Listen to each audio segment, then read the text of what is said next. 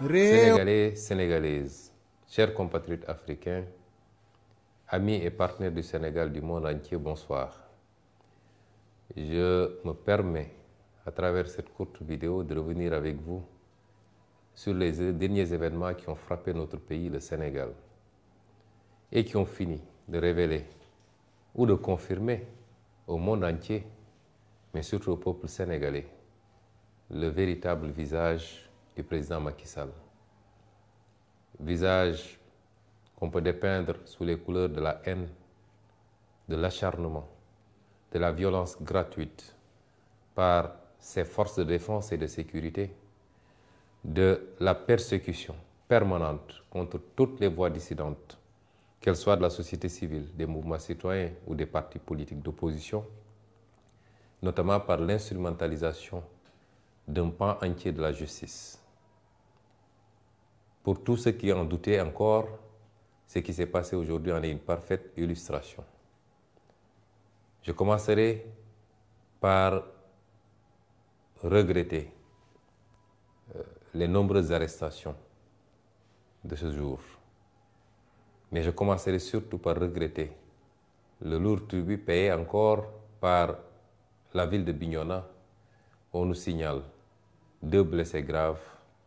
l'un ayant perdu un œil et l'autre ayant perdu quasiment son organe génital à partir des manifestations et parce que des balles réelles auraient été tirées par les forces de l'ordre. Ces crimes et forfaitures ne resteront pas impunis. Nous l'avons dit et redit. Tout ce qui s'est passé ces 12 dernières années et qui a occasionné de lourds dégâts, de lourdes pertes en vies humaines, en intégrité, en atteinte aux intégrités physiques, mais également en emprisonnement fortuit et gratuit, ne restera pas impuni. Chers compatriotes, ce qui s'est passé aujourd'hui illustre à suffisance tous les aspects que je viens d'évoquer. D'abord, ce qui s'est passé le matin en quittant mon domicile, où encore une fois, les forces de défense et de sécurité ont obstrué le passage pour essayer de nous imposer une trajectoire, un itinéraire, ce que nous avons refusé, allant jusqu'à heurter des véhicules de notre convoi. Ce qui s'est passé ensuite au niveau du palais de justice, où le juge en charge de ce dossier a voulu, pour des raisons que personne ne comprend, retenir ce dossier aujourd'hui et le juger, le vider aujourd'hui même. Alors que quasiment tous mes avocats venaient juste de se constituer et n'avaient pas eu accès au dossier et que les avocats qui en avaient eu accès n'avaient eu accès qu'à une partie du dossier. C'est extrêmement grave. C'est d'autant plus grave que le juge n'a présenté comme motivation à cette attitude que le fait qu'à chaque fois qu'Ousmane Sonko était convoqué, l'État a été obligé de mobiliser toutes les forces de sécurité et de défense, et que ça coûtait très cher à l'État sénégalais. Avons-nous été demandeurs de ces procès ridicules? Sommes-nous les instigateurs de ces complots et de ces manipulations dont la seule visée est d'obtenir une condamnation pouvant empêcher Ousmane Sonko d'être candidat pour l'élection présidentielle du 25 février 2024. Est-ce que cela peut justifier qu'on empiète, qu'on piétine, qu'on viole les droits de la défense, qui sont mes droits en l'occurrence, simplement parce que la mobilisation de ces dispositifs des forces de sécurité et de défense coûte très cher à l'État du Sénégal? Qu'un juge puisse réagir comme ça est suffisamment inquiétant et doit nous préoccuper par rapport à son indépendance, puisqu'il a pris des instructions pour parler ainsi. Ce qui s'est passé ensuite à la fin de cette audience, puisque n'eût été l'insistance, j'allais dire même la résistance des excellents avocats qui se sont constitués pour notre défense, que je remercie au passage. Énormément d'avocats sont constitués aujourd'hui. Aucun de ces avocats ne nous a demandé d'honoraires pour défendre notre cause. Je les remercie, mais je les félicite surtout parce qu'ils ont fait montre de détermination, de combativité, mais ils ont montré que le Sénégal doit être fier de ses avocats. N'eût été la détermination de ces avocats, mais n'eût été également un barreau debout. Et j'en profite pour féliciter M. le bâtonnier qui a pu intervenir pour insister sur le fait que les droits de la défense sont sacrés dans un procès et que rien ne s'opposait et tout convergeait, la pratique judiciaire et tous les éléments d'un procès, tout convergeait vers un renvoi, comme le demandaient mes avocats. Nous avons vu aujourd'hui un barreau debout, un bâtonnier debout. Nous attendons de la magistrature qu'elle soit aussi debout, parce que la justice est le pilier fondamental d'une république et la première garante de la stabilité dans un pays. Une justice couchée est un danger pour l'équilibre social, politique, économique, politique, géopolitique d'un pays. Nous demandons à l'Union des magistrats, à l'ensemble des magistrats, procureurs, juges d'instruction, à revenir à la raison et à comprendre qu'ils ont un sacerdoce, c'est de servir, de juger au nom du peuple sénégalais et non pas de servir les desseins politiques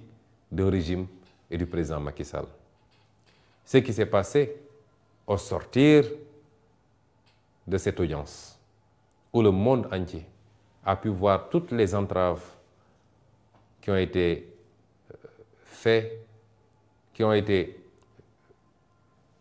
faites sur mon convoi, que des forces de défense et de sécurité aient mobilisé des engins lourds pour bloquer le convoi, essayer de lui imposer encore une fois un itinéraire qui n'était pas le nôtre, vouloir impérativement nous faire passer par le tunnel de Soumbédioune, où il y avait un piège puisqu'il y avait des nervis du régime qui étaient positionnés de part et d'autre de ce tunnel, équipés au même titre que les forces de l'ordre de grenades lacrymogènes et d'armes. Ces forces de l'ordre ont voulu nous forcer à passer sous le tunnel, alors que rien ne s'opposait à ce qu'on puisse passer au-dessus du tunnel. C'est cela qui a amené le blocage du convoi, léger de grenades lacrymogènes, et c'est ça qui nous a amené à la situation que vous avez vécue. Ces mêmes forces de défense et de sécurité ont voulu m'imposer de sortir de mon véhicule pour entrer dans l'un de leurs engins blindés. Ce que j'ai formellement refusé parce que j'ai quitté mon domicile en citoyen libre à bord de ma voiture, accompagné de ma sécurité pour aller au tribunal. Et je tenais à rentrer dans les mêmes conditions. Ce qu'ils m'ont refusé, allant jusqu'à exercer une violence inédite, inouïe, gratuite sur mon véhicule et sur ma personne. Le monde entier a vu des agents des forces de l'ordre casser la vitre de ma voiture, forcer les serrures pour m'extraire de force de cette voiture et me conduire directement à bord de l'un de leurs fourgons blindés. Ce que rien ne justifiait. Puisque si les forces de l'ordre veulent nous faire croire qu'avec tout ce dispositif qu'ils avaient déployé, ils n'avaient pas les moyens d'escorter notre convoi et de nous conduire à notre domicile, personne ne peut y croire. Le pire, c'est qu'aujourd'hui,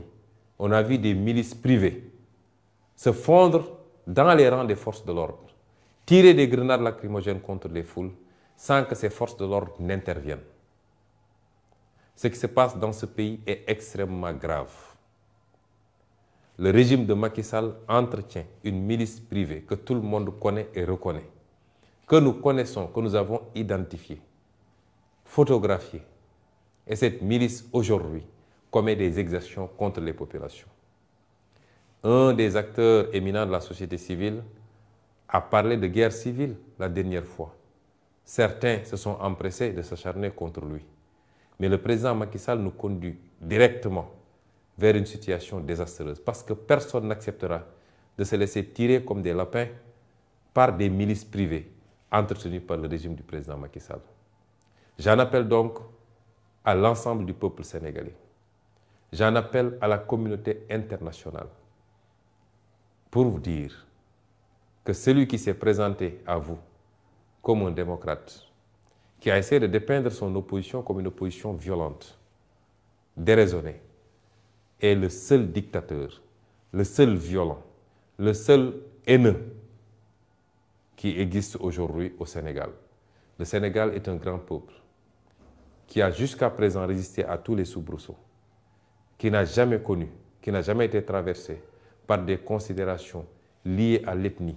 à la race, à la région d'appartenance. C'est seulement sous le régime du président Macky Sall qu'on a commencé à entendre ces discours haineux. Je veux dire à cette communauté internationale et au peuple sénégalais que cette obsession pour le pouvoir et pour un troisième mandat est en train de mener le président Macky Sall et son régime à franchir la ligne rouge qu'aucun président avalu n'avait franchie dans ce pays. Celle-là qui nous conduit vers la déstructuration du tissu social. Il est temps d'arrêter le président Macky Sall. Dès demain, nos avocats qui sont en train de travailler sur les suites à donner à tout cela déposeront certainement des plaintes, même si on n'a pas espoir, vu ce qui se passe dans la justice sénégalaise. Mais certains comportements et certains crimes ne sont pas prescriptibles. Contre tous les acteurs qui ont été mêlés à ces exactions, à commencer par le ministre de l'Intérieur, les généraux et chefs de la police qui sont mêlés à qui sont les donneurs d'ordre, les commissaires et autres commandants qui y sont directement mêlés, des plaintes seront déposées parce que nous ne laisserons pas passer de telles attitudes qui ne relèvent pas d'une police nationale, mais qui sont des attitudes de banditisme. Comment pouvez-vous imaginer qu'un grand avocat comme Maître Clédor Ciré Ly, l'un des meilleurs d'Afrique de l'Ouest, procédurier et pénaliste, ait été brutalisé, extrait de force de la voiture pour être conduit dans un fourgon blindé? Comment pouvez-vous expliquer qu'un avocat qui a plus de 42 années de barre comme Kawsu Kaba Bodian, plus de 80 ans, soit aujourd'hui brutalisé, qui ne présentait aucun risque, aucune menace pour ses forces de défense et de sécurité? Comment pouvez-vous expliquer ça? Qu'est-ce qui peut justifier ces actes gratuits de violence et de vandalisme policier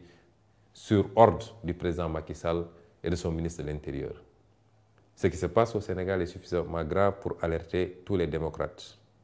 alerter tous les républicains, alerter le monde entier, puisque depuis des années, les droits et libertés sont piétinés. La démocratie est à l'agonie. Je féliciterai et je remercierai tous les acteurs politiques, tous les acteurs de la société civile qui se sont offusqués de cette situation, parce qu'on sort carrément du cadre de la politique. Je veux dire aux Sénégalais que nous sommes en train de nous approcher dangereusement de la ligne rouge. Et celui qui n'en est pas conscient devrait prendre conscience parce qu'il est temps. Celui qui en est conscient et qui observe en spectateur doit comprendre qu'il ne sera pas épargné si cette situation parvenait à arriver à cette ligne rouge. Je voudrais également dire qu'on ne peut pas arrêter la mer avec ses bras. Ce qui inquiète le président Macky Sall et son régime, c'est qu'il est même mal à l'aise. C'est cette déferlante humaine à chaque fois que nous sortons. Cette popularité grandissante. Je l'ai toujours dit, ce n'est pas un mérite. Et les Sénégalais ne nous suivent pas, n'adhèrent pas à notre discours et à notre projet par rapport à notre personne. Nous avons beaucoup travaillé à faire comprendre aux Sénégalais là où nous voulons aller. Ce combat pour la souveraineté, ce combat pour la dignité recouvrée, ce combat pour la réappropriation de notre destin national. C'est ce que les Sénégalais ont compris. Et c'est pourquoi ces milliers, ces millions de jeunes sortent à chaque fois pour suivre nos convois, pour adhérer à ce projet. C'est pourquoi ces milliers d'intellectuels adhèrent à ce projet. C'est pourquoi la diaspora, dans presque sa globalité, adhère à ce projet. C'est pourquoi même les forces de défense et de sécurité, qui exécutent des ordres, souvent malgré eux, adhèrent à ce projet. C'est pourquoi tous nos compatriotes africains nous suivent de très près, comprennent le discours et adhèrent à ce projet. Si le président Macky Sall pense qu'il peut arrêter cela par l'intimidation, par l'instrumentalisation de la justice, par la violence gratuite, il se trompe et il est temps qu'il revienne à la raison. C'est la dernière fois que je le dirai. Je veux féliciter le peuple sénégalais, féliciter cette jeunesse formidable et terminer par vous dire ce que je vous ai toujours dit. Nous ne vous décevrons jamais. Nous ne vous trahirons jamais. Ce combat est le nôtre. Vous avez droit à la même prospérité, au même progrès, au même bonheur, au même espoir que tous les peuples du monde. Nous ne vous décevrons jamais. Je terminerai enfin par souhaiter au peuple américain une bonne fête d'anniversaire.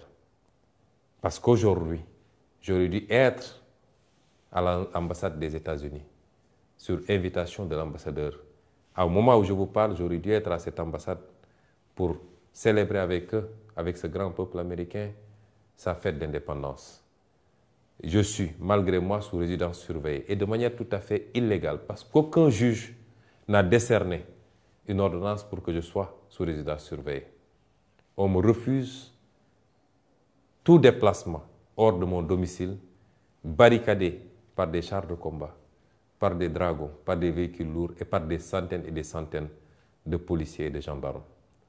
Je voudrais dire au monde entier que voilà le visage de Macky Sall et de son régime. Je vous remercie. Mbokki Sénégal, asalaamaaleykum. ñu ngi leen di nuyu di leen ziar di dellu seeg yéen ci lu gàtt rek waxtaan ak yéen ci xew-xew réew mi. ñun ñëpp dundandoo li xew ci réew mi bésu tey jii muy citoyen bu ñu woo tribunal mu mel ni rek saa suñu woowee situation boobu tribunal réew mi day taxaw réew mi dootul noqi réew mi dootul dox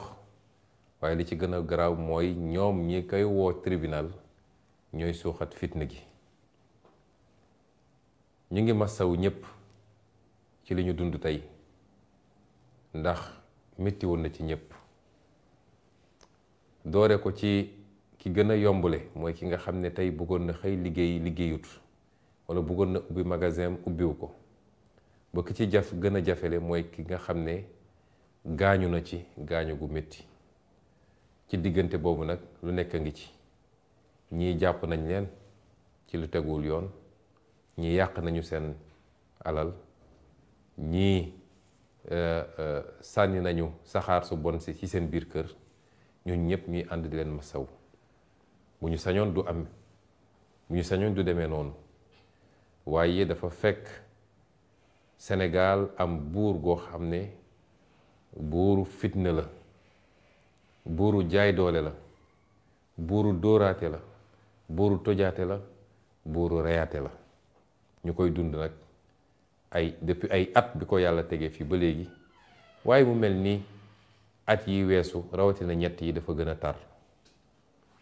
may masawu ñépp di ci jiital nag la xew fële ci Bignona nga xam ne wax nañ ñu ci balaa ñuy door waxtaan gi ñaar ñoo xam ne gaañu nañ ci gaañu goo xam ne am nañu njort ni ay bal fetal lañ leen dóor kenn ki ñàkk na ci bëtam keneen ki nee nañu ci awra gi lañ ko dóor ba boo moytul ñàkk na ko définitivement ñuy laaj dañuy laajoon te laajaat ko mooy lu tax Bignona ndax keroog rek ci àjjuma bi manifestation yu metti am na ci suñu dëkk gee di Mbàkke waaye kenn dóoru fa balu fetal kenn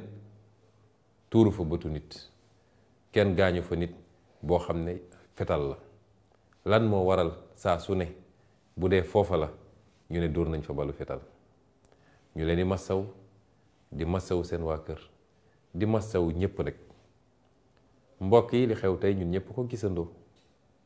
wooti nañu Ousmane Sonko ne ko ñëwal tribunal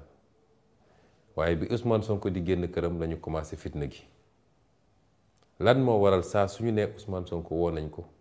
ñoom ñoo koy daggal fu mu war a jaar ak nu mu fa war a jaaree. gis ngeen ni bi ñuy génn suñu kër ba egg fii ci rond-point VDN bi lañu commencé provocation yi ba benn ci seen oto waaye sax nee nañ ñu du seen oto ñoom alkaati yi am na ñu ma ne oto nervi yi la mooy samba boy yi nga xam ne tey APR ak ñoom waa kër Macky Sall ngemb nañ leen jox leen doole jox leen gànnaay ñiy jox takk der yi ñu am sañ-sañu di sànni ay grenade waaye yor sax ay fetal te saa su ne ñooy jaxasoo ci mbir mi fitna yu bari yi ngeen gis ni ci ñoom lay jóge foofu la ñu commencé fitna gi topp ko ba ñuy egg tribunal ba ñu eggee tribunal it baax na sénégalais xam la xew ci tribunal tey ndax nit yor na làmmiñam fu ne mu wër fa wax fa ma dellu leen wax leen li ma leen di wax gis ngeen dossier bi gisaguma juge bu ci condamné Ousmane Sonko ni ma ko waxoon ci beneen dossier bi ndax nag sàcc ndënd yomb na de waaye foo koy tëggee wër ci télé yi di wax yomb na trop waaye dossier bu gën a vidé bii amul la ma waxoon yépp ma féddali ko moom moomu di wax Mame Mbaye Niang rapport IGF da ko épinglé mu def ay njombe yu garaaw yoo xam ne document yépp ñu ngi ko yor Sénégal ñi warul wax rek ay wax tey jii dafa waroon taxaw ci kanamu àttekat ñu koy àtte loolu lépp ñu yor ko moo tax jarul yuuxu jarul wax buñ ci eggee rek dinañ def li ñu war a def te ñi war a seede yépp nag il faut ñëw seede commencé ko ci Amadou Ba ndax moo taxaw ci assemblée nationale ne rapport bi am na ba jox nañ ko ñu ko war a jox ñépp kon sénégalais kenn du leen fooye def li ñuy def ba pare yor seen làmmiñ di wax ba pare ne kenn du ci tudd mun nañu noggatu ay journaliste waaye Ousmane Sonko du ñooña ba ñu eggee amul luñ ciy ragal waaye dossier justice dafa am nuñ koy gérer ba ñuy dogg ci foofu juge bi ñu fa fekk la fa nekkoon ci dossier bi daf leen renvoyé juge boobu di bëgg a parax-paraxee ne tey mu taxañ dossier bi tey mu àtte dossier bi ci jamono joo xam ne li ëpp ci samay avocat ñi ngay doog a constitué wu joxaguñ leen sax dossier bi xanaa kay nit balaa nga koy défendre balaa nga koy layal nga jot dossier bi ba xool ko jotuñu dossier bi kenn ci avocat yi moo jotoon dossier bi te joxuñu ko dossier bi yépp ndax am na ay clé USB yu ci ànd joxuñu ko waaw avocat yi ne ko génneel ko sax loo xam ne chambre am boobu moo ko attewaat ko ay dossiers yoo xam ne renvoyé nañ ko 6 mois 8 mois doog ko atte ne ko monsieur le juge yow yaa ne dossier bu ordinaire la looy parax-paraxee ñun ñu ngi doog a egsi mais ñu jot dossier bi ndax daw nañ ci parquet muy làqatu jël dossier bi nëbb ko kon may leen ñu jot dossier bi dem jàng ko bu baax ñu jàpp beneen date boo xam ne bu ñu ñëwee ñëpp mën a lay juge bi bëgg ne leen mun naa leen jox dossier bi may leen 15 minutes ngeen dem toog fële xool ko bu ngeen ñëwee mun ngeen lay loolu musul am ci tribunalu Sénégal musul am ci àtte Sénégal tey dem na ba kenn ci avocat seen avocat ñoom sax moo jóg ne ñii li ñu laaj yoon la dañ leen war a may report bi kenn musul gis lu mel ni ñi nekkoon ci tribunal ba tey ñépp am nañ ñu leen métti ci juge bi ni mu bëggoon doxalee dossier bi muy lu tey xel ñu dellu si mu dem ñëw ne li tax mu bëgg ñu def àtte bi tey mooy saa suñu yooyee Ousmane Sonko dëkk bi day taxaw ñu war a génne xaalis bu bari pour mobiliser takk der yi seen oto yi carburant bu muy consommé ak nangam waaw léegi juge war naa wax loolu li nga xam ne mooy àq ak yelleef ki ñuy àtte nga xam ne même ci diine sax lu farata la lu sacré la nga bugg koo jalgati parce que rek nee nga saa yu ñu woowee Ousmane Sonko la ñuy dépenser ci génne alkaat yi dafay bëri est-ce que Ousmane Sonko moo organisé procès est-ce que Ousmane Sonko moo dem def ci ay complot yu ñàkk solo pour yóbbu tribunal est-ce que Ousmane Sonko moo porté plainte suñuy droit dañ ñu ko war a respecteel bu dee dañu war a woote téeméeri yoon jaarale ko fu ñu ko war a jaarale ba atte jot ñu atte bu dee nag atte nañu ko waruñoo atte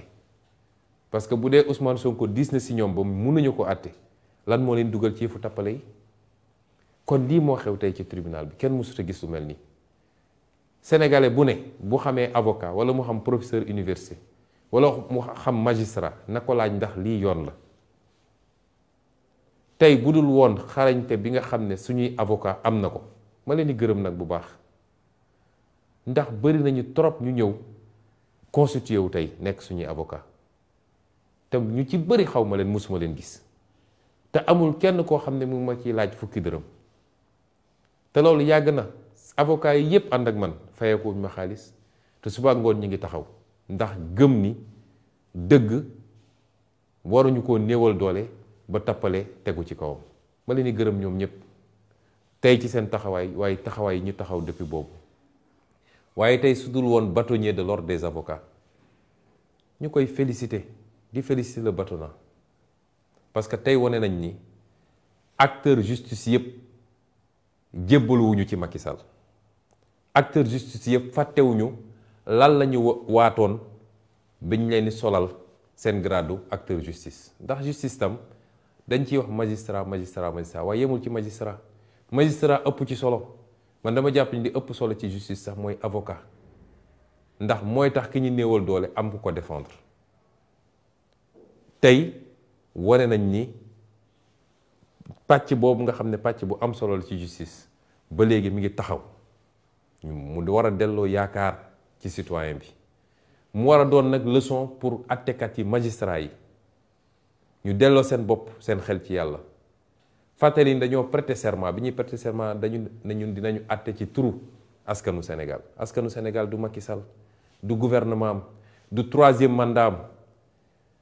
atte warul tënku ci agenda wu politique mooy nu ñuy gaawantoo dossier ba kii du mën a nekk candidat may woowaat suñu mbokk magistrat yi ndax suñuy mbokk lañu kenn ku nekk ci ñun ci sa famille am nga ci frère wala sœur wala cousin wala xarit wala koo jàngandal koo xam ne tey magistrat la delloo si leen seen xel ci yàlla mu waru leen doon yéen ñiy taal réew mi yéen a war a njëkk a doon ñuy saytu ak ñiy garantir stabilité ci réew mi dal ak tekk ci réew mi carrière warul jar yenn yi luñ lay buxumal ci suuf warul jar yenn yi lii tey am war na leen yee war na leen yey ngeen xam ni yéen a war a dalal réew mi kon li xew tey ci tribunal bi lu doy waar la waaye yemul foofu jóge nañ ci loolu génn di ñibbi tranquillement waaw nun li ñu boole askan wi du suñu mérite yàllaa ko def yàllaa def cofeel suñu diggante ak askan wi bu ñuy génn xale yi topp suñu gannaaw di daw la nit ñi di gis waaye immeuble boo romb ku fay liggéey ak ku fa dëkk ak góor ak jigéen ak mag ak ndaw ñépp a ngi taxaw ci balcon yi ñu ngi ciy sant yàlla loolu sas la soññ la bu Sénégalais yi sas ñu moo tax ma leen di wax duñ leen mus a décevoir duñ leen toog mukk ba ne am nañu gàcce ci Ousmane Sonko ak ñi mu ànd ak parce que lii ñu sumb nii ñun jaamu yàlla lañ ko jàppee politique gu ñu de soxlawuñu 15 salaire sax soxlawuñ ko ci lii ñuy def nii la ñu bëgg mooy réew mi baax ba faw ba suñuy doom dund ci Sénégal gu gën gii ñuy dund ñun loolu rekk a ñu tax a jóg ci politique waaye utuñu ci leneen du tur du ndomb tànk du alal kon bu ñu jógee foofu ay nit ñu bari bàyyi seen yitte ànd ak ñun mais loolu du gulet ci Sénégal daan nañ fi woo acteur politique ci Ablaye Wade ba ci Idrissa Seck ba ci moom mi nekk président de la République nit ñi génnee fu ne gunge ko ba tribunal gungewaat ko mu ñibbi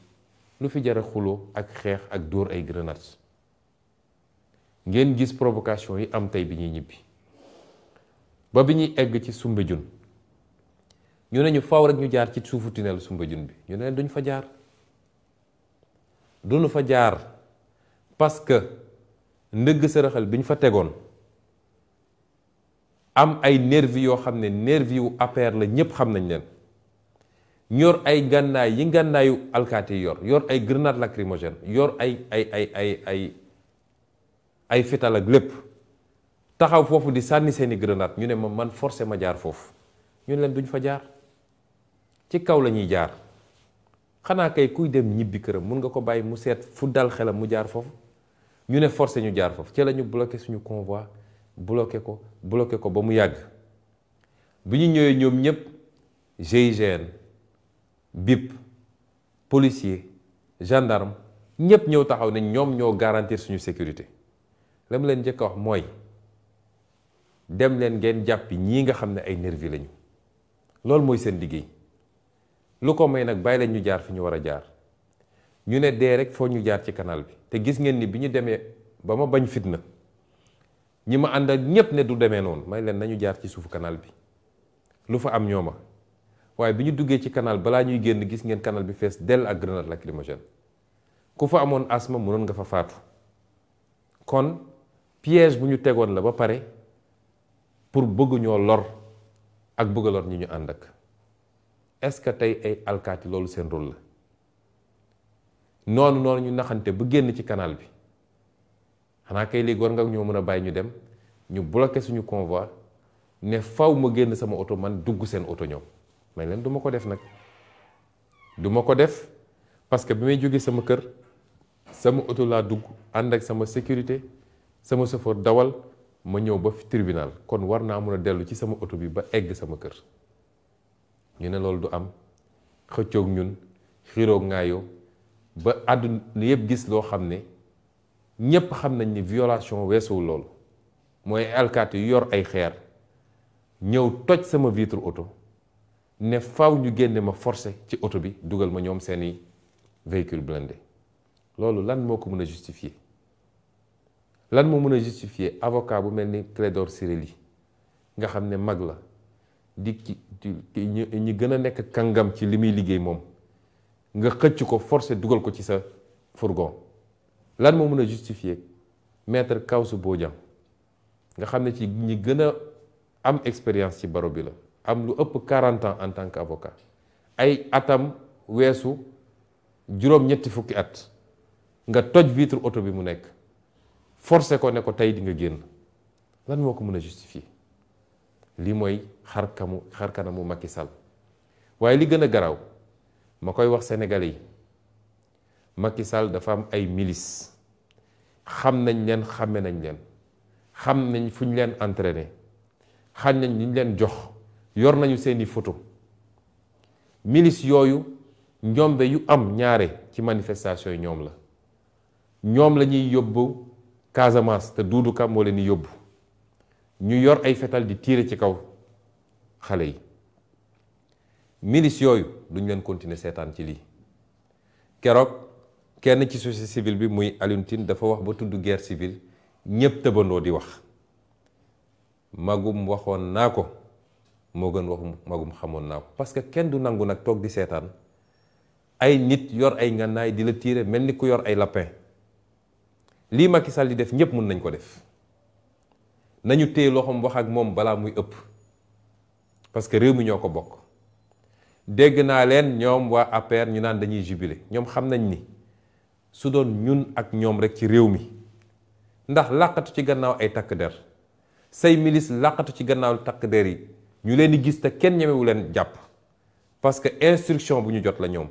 ne leen bu leen teg loxo ci ñooña loolu du njàmbarte njàmbarte dëgg mooy bis bu ngeen amee fit ba ne yéenay jóg jàkkaarloog patriotes yi nekk ci Sénégal yàlla bu ñu mus a egg ci loolu ndax bi ñu eggee ci mois de mars bëri na ci yéen ñii waa APR yi yu doon wër suñuy kër naan dimbale leen ñu dañoo bëgg a transhumé ba ci Mame Mbaye Niang moomu yor làmmiñam di wax fu ne wër na fa dem gisi samay nit neen wax leen ak Ousmane Sonko man damay transhumé kon fit amu leen ko te réew mi ñoo ko bokk te jeexagul